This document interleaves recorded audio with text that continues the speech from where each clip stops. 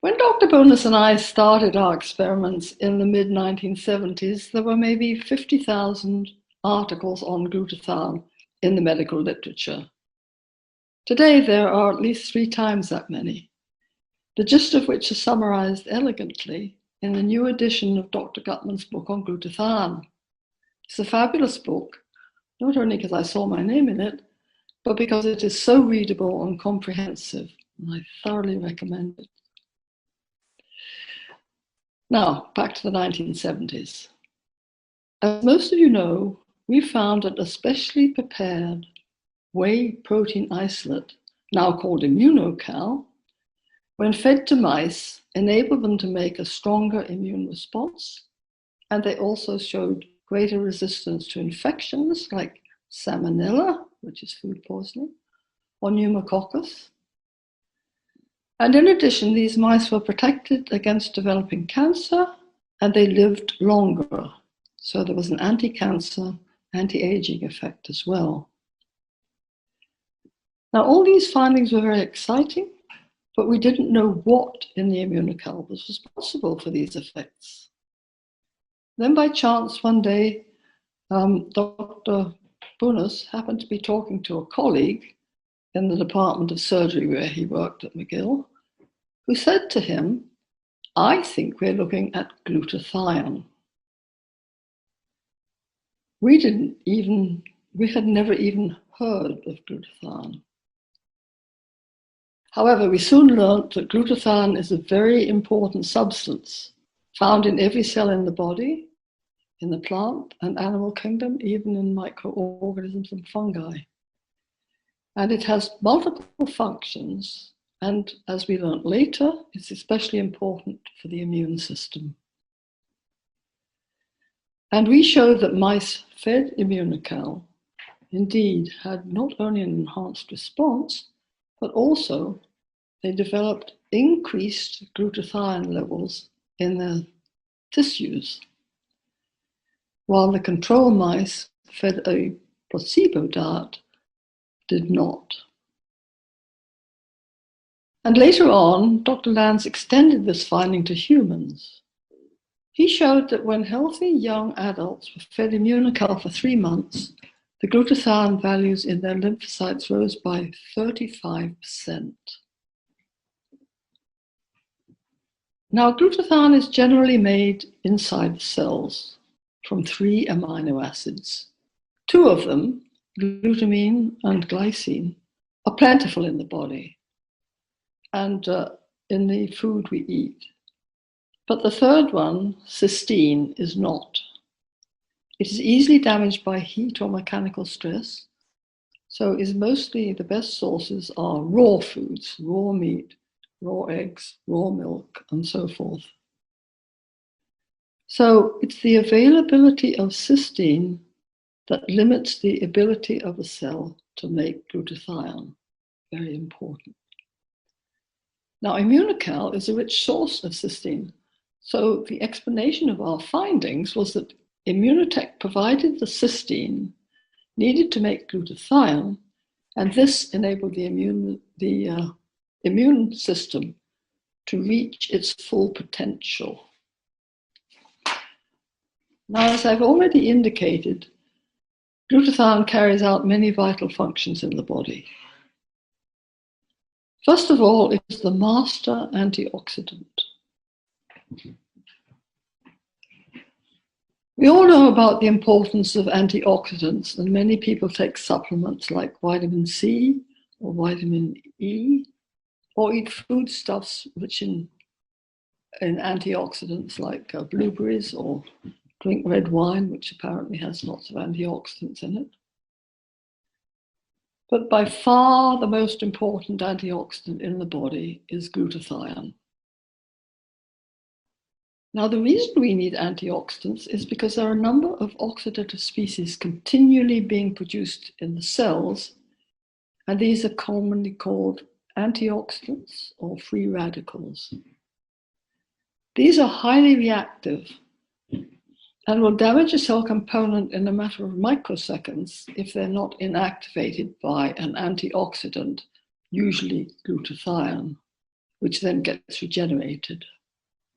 So when the number of free radicals is high, and there's not enough glutathione to take care of them, this leads to what we call oxidative stress.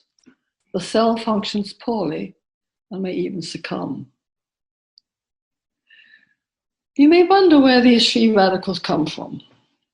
Well, in order for a cell to carry out its particular function, it must metabolize foodstuffs like glucose in order to generate energy. And in doing so, these oxyradicals get spun off, so to speak, as an unwanted side effect.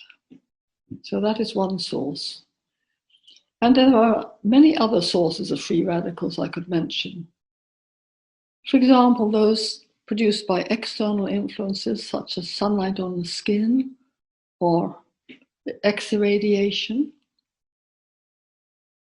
Now, the immune system is very sensitive to low glutathione levels and functions poorly under these conditions.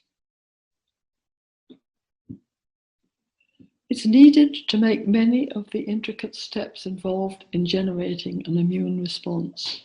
Too many to mention, but I will give you some examples. First of all, the lymphocytes must multiply in order to produce an immune response.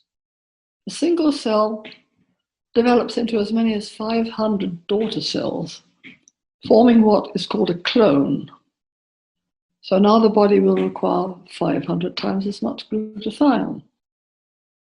In the case of one lymphocyte, the B cell, it will then make lots of antibody to take care of the infection, again needing glutathione to do so. And another type of lymphocyte called a killer T cell will attack and destroy virally infected cells, but it cannot do this unless it has sufficient glutathione. And for any inflammatory condition, whether acute, like an infection, or chronic, like rheumatoid arthritis, there will be many free radicals produced. I have read somewhere that on average, a lymphocyte uses up to half of its glutathione in 5 to 6 hours. Another point is that glutathione can also directly inhibit the replication of viruses. I recently read an article saying that glutathione deficiency is the most plausible explanation for serious illness and death in COVID-19 patients, and recommending the use of glutathione for treatment and prevention. Another important function of glutathione is detoxification. It is your major detoxifying agent.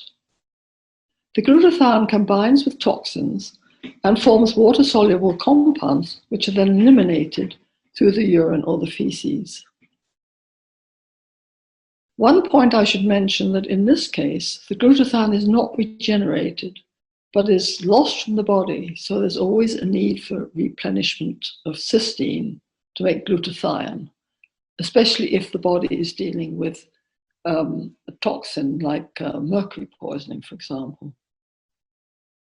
Much of the detoxification is carried out in the liver and kidneys, so there's a lot of glutathione found in these organs.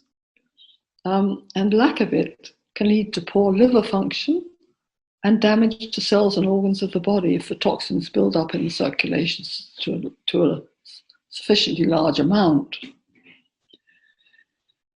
Now, where do these toxins come from? Well, some are acquired from external sources like the air or water pollutants, cigarette smoke, heavy metals like mercury, household cleaners, and so forth, many. Another source is from drugs. Almost all drugs bind to glutathione prior to removal. If you were to take 4 extra strength one day, this would in fact consume up to half the total cysteine that you would normally consume that day. Other toxins are produced by the body, such as hormones, estrogen, and so forth. So, to conclude briefly, glutathione is your body's most important antioxidant, detoxifying agent, and needed to support the immune system to allow it to reach its full potential. So taking Immunocal has many benefits. I rather like this quote. The glutathione status of the cell is probably the most accurate single indicator of the health of the cell. As glutathione levels go, so will the fortunes of the cell.